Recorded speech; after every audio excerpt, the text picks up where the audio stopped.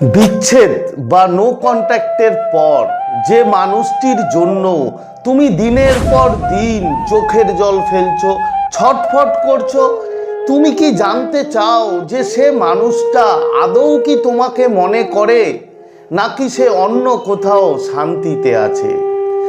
আজ আমি তোমাদের এই ব্রহ্মাণ্ডের এই মহাজাগতিক শক্তির তিনটে এমন গুপ্ত রহস্য তোমাদের বলবো, যা তুমি ঘরে বসেই জানতে পারবে যে সেই মানুষটি আদৌ তোমার জন্য কতটা ছটফট করছে বা কতটা চোখের জল ফেলছে। পুরো ভিডিওটা দেখো এবং একটি শক্তিশালী লাস্টের টেকনিক শেখাবো, যা টেকনিক দিয়ে তুমি সেই মানুষটির মনে তোমার জন্য প্রচুর ভালোবাসা তৈরি করতে পারো।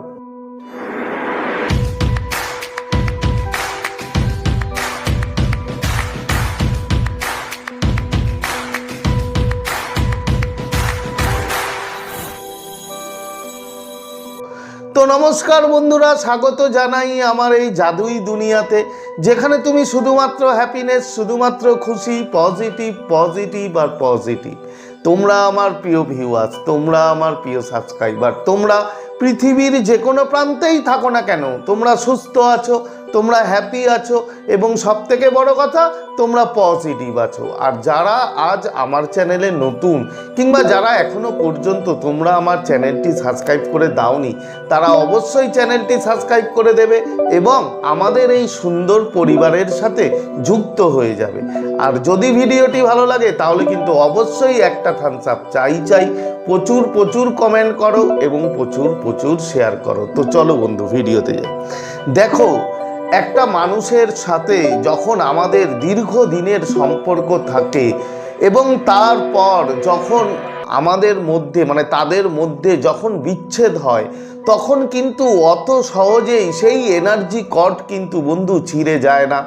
যে এনার্জি কট দিনের পর দিন, মাসের পর মাস, বছরের পর বছর তৈরি হয়েছিল, সেটা এক ঝলকেই হঠাৎ করেই ছিঁড়ে যেতে পারে না।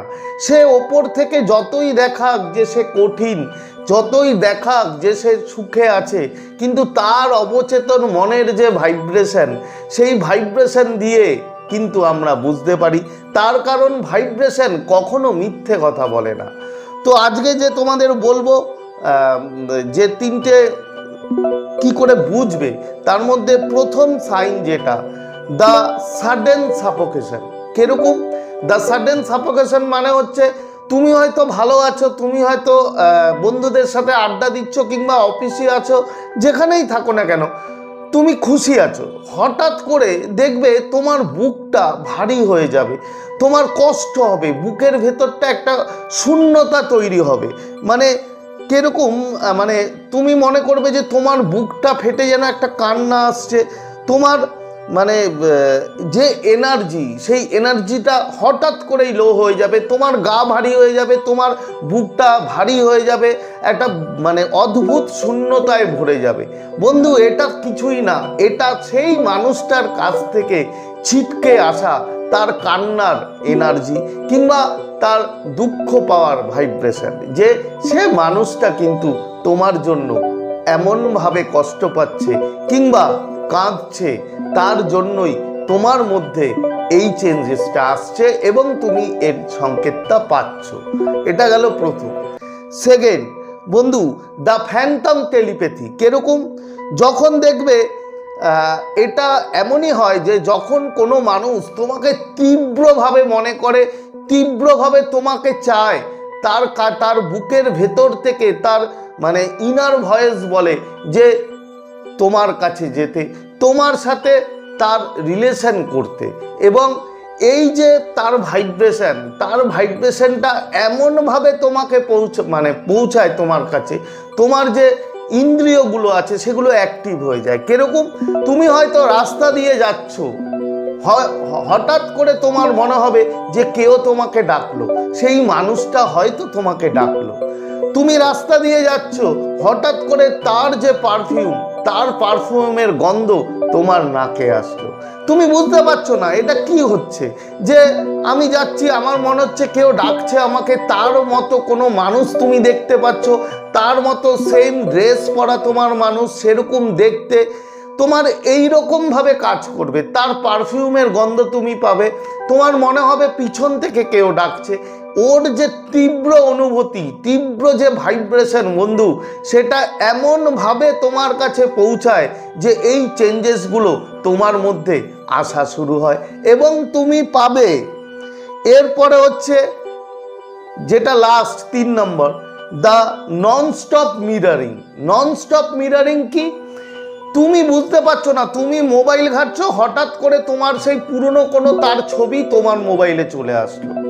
তুমি ফেসবুকে স্ক্রল করছো, তুমি বুঝতে পারছো না তার নাম চলে আসলো, তার ফ্রেন্ড রিকোয়েস্টের, তার মানে অ্যাড ফ্রেন্ডের কোনো কিছু একটা ছবি চলে আসলো, তার নাম বারবার চলে আসলো, তার রিলেটেড কোনো কিছু, মানে তার হয়তো ভাই বোন দাদা বন্ধু কমন ফ্রেন্ড সে যাই হোক, তাদের তুমি দেখতে পাচ্ছ।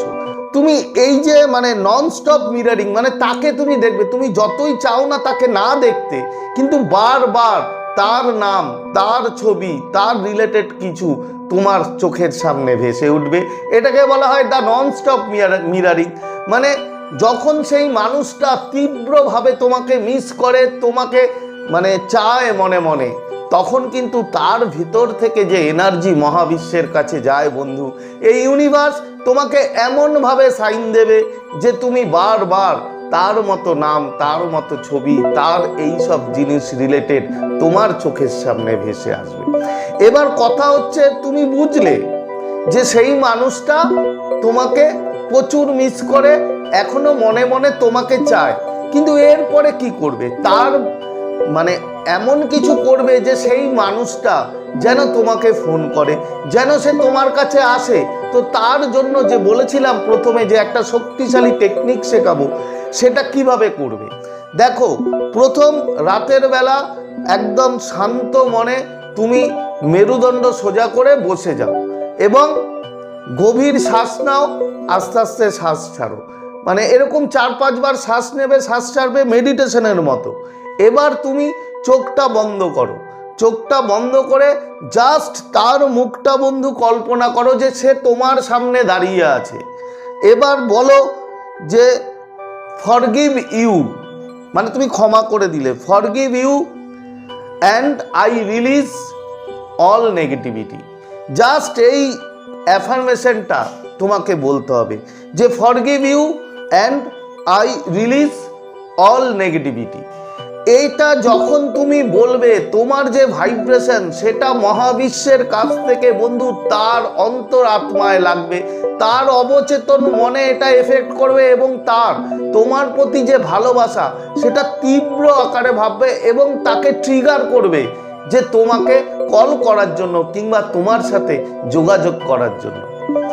তো আশা করি তোমরা বুঝতে পেরেছো। তো আজকের এই যে সংকেতগুলো বললাম তার মধ্যে কোনটা তোমাদের সাথে মিললো অবশ্যই কমেন্ট করে জানিও। তো আজকের মতো তোমাদের কাছ থেকে বিদায় নিচ্ছি, আবার খুব তাড়াতাড়ি দেখা হবে তোমাদের সাথে নতুন একটা ভিডিও নিয়ে। ততক্ষণ তোমরা ভালো থাকবে, খুশি থাকবে, হ্যাপি থাকবে এবং সবথেকে বড় কথা পজিটিভ থাকবে। Thank you so much.